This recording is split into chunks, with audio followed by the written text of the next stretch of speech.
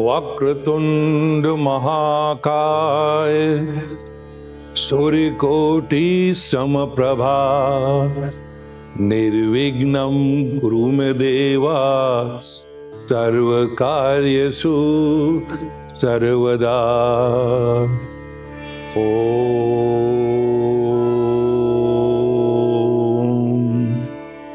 Happy Diwali आपको और आपके परिवार को। दिवाली की बहुत बहुत शुभकामनाएं। दिवाली, जिसको हम दीपावली भी कहते हैं, ये एक ऐसा पर्व है जो युग युग से अंधकार के ऊपर प्रकाश का विजय, अज्ञान के ऊपर ज्ञान का विजय और असत्य के ऊपर सत्य के विजय के रूप में मनाया जा रहा है।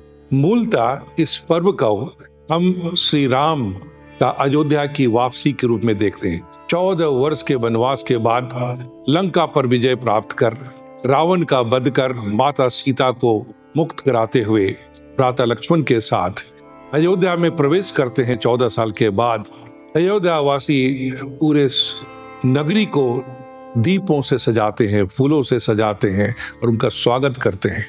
और तब से युग युग से इस दिवाली के पर्व को अंधेरे के ऊपर रोशनी का विजय, अज्ञान के ऊपर ज्ञान का विजय और असत्य के ऊपर सत्य के विजय के रूप में मनाया जाता है।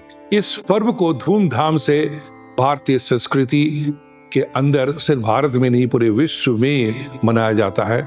पटाखों के साथ, आतिशबाजी के साथ, रंग बिरंगी रोशनियों के साथ और खास तौर पे पारंपरिक रूप के घी और तेल के दिए जलाए जाते हैं।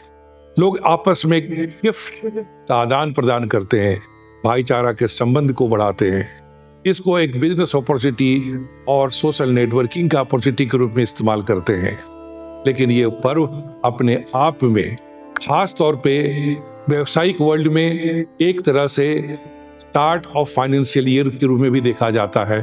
और विशेष तौर पे इस मौके पर माता लक्ष्मी और गणेश जी की पूजा की जाती है। भगवान राम के अयोध्या वापसी के साथ साथ इस पर्व को और भी कई पारंपरिक कहानियों के साथ जोड़ा जाता है, उसके साथ मनाया जाता है। जैसे कि समुद्र मंथन के साथ भी इसका संबंध है। असुर और देवता जब मिलकर समुद्र मंथन कर रहे थे अमृत की प्राप्ति के लिए, तो उसमें अनेक रत्न जो है आए। उन सारी समुद्र मंथन की प्राप्ति में एक महत्वपूर्ण देवी की उत्पत्ति हुई, जिसको माँ लक्ष्मी के रूप में जानते हैं। माता लक्ष्मी की उत्पत्ति के बारे में कहा जाता है कि समुद्र मंथन से ही हुआ। और लक्ष्मी जो है वो धन, समृद्धि, सुख, शांति के प्रतीक है। इसलिए विशेष तौर पर दिवाली में माता लक्ष्मी की पूजा की जाती है और साथ साथ गणेश जी की पूजा की जाती है।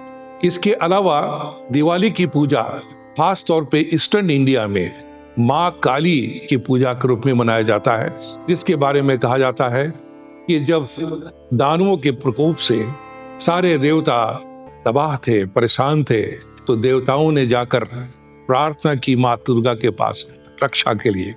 और माँ दुर्गा को अलग अलग सब लोग अस्त्र दिए गए भगवान के द्वारा और माँ दुर्गा ने काली का अवतार लिया। लेकिन राक्षस सेना को वध करते करते इतनी आक्रोश में माँ काली आ गई कि वो अपने आप को रोकना मुश्किल हो गया और बहुत ही प्रलय का सिचुएशन क्रिएट हो गया।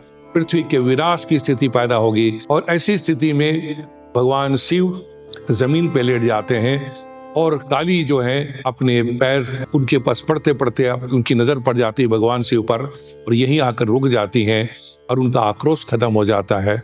और इस प्रकार से जो शांति का वातावरण राक्षसों के वध करने के बाद पुनः स्थापित हो जाता है। इसके अलावा इस पर्व को नरकासुर वध के रूप में भी मनाया जाता है। कहा जाता है कि 16,000 कन्याओं को नरकासुर ने बंदी बनाकर रखा हुआ था। भगवान कृष्ण ने नरकासुर की हत्या कर, उसका वध कर 16,000 कन्याओं को मुक्ति दिलाई। दक्षिण भारत में इस पर्व को दानवीर राजा बलि और वामन अवतार के रूप में भी मनाया जाता है। कहा जाता है कि दानवीर राजा बलि से भगवान विष्णु ने 3 पग जमीन की मांग की और पूरे ब्रह्मांड को नाप लिया और उसे पाताल में जाने पर मजबूर किया। लेकिन साथ साथ भगवान दानवीर राजा बलि से प्रसन्न होकर एक आशीर्वाद उन्होंने दिया कि वर्ष में एक बार बलि अपनी प्रजा से मिलने के लिए पृथ्वी पर आ सकते हैं, भूमि पे आ सकते हैं, और उसी को एक अवसर मानकर बलि प्रतिपदा के रूप में दक्षिण भारत में इसको महाउत्सव के रूप में दिवाली को मनाया जाता है। जैन धर्म में दिवाली उत्सव को भगवान महावीर के निर्वाण के दिवस के रूप में मनाया जाता है। कहा जाता है कि इसी दिन में भगवान महावीर को मोक्ष की प्राप्ति हुई थी, और इसलिए जैन धर्म में इस दिवाली को धूमधाम के साथ भगवान महावीर के मोक्ष दिवस के रूप में मनाया जाता है। सिख धर्म में इस पर्व को विशेष तौर पे मनाया जाता है, खास करके गुरु हरगोविंद को इसी दिन मुगलिये बंदी गृह से मुक्त किया गया था। इसके साथ साथ 52 राज्यों को भी मुक्ति मिली थी, स्वतंत्रता मिली थी। इसलिए सिख समुदाय में इस पर्व को विशेष तौर पर दिवाली को बंदी छोड़ दिवस के रूप में मनाया जाता है। इस प्रकार से पूरे भारतवर्ष में, पूरी भारतीय संस्कृति में, भारत ही नहीं पूरे विश्व में दिवाली के उत्सव को अलग अलग कारणों से मनाया जाता है, लेकिन मुख्य उद्देश्य इसका है अज्ञान के ऊपर ज्ञान का विजय, अंधकार के ऊपर में रोशनी का विजय, और असत्य के ऊपर सत्य का विजय, और साथ ही साथ भाईचारे का एक विकास, एक दूसरे के साथ संपर्कों को बढ़ाना, एक दूसरे के लिए शुभकामनाएं देना, सुख समृद्धि की कामना करना। तो आप सबको फिर से एक बार, आपके परिवार को, आपके सबों को दिवाली की बहुत बहुत शुभकामनाएं।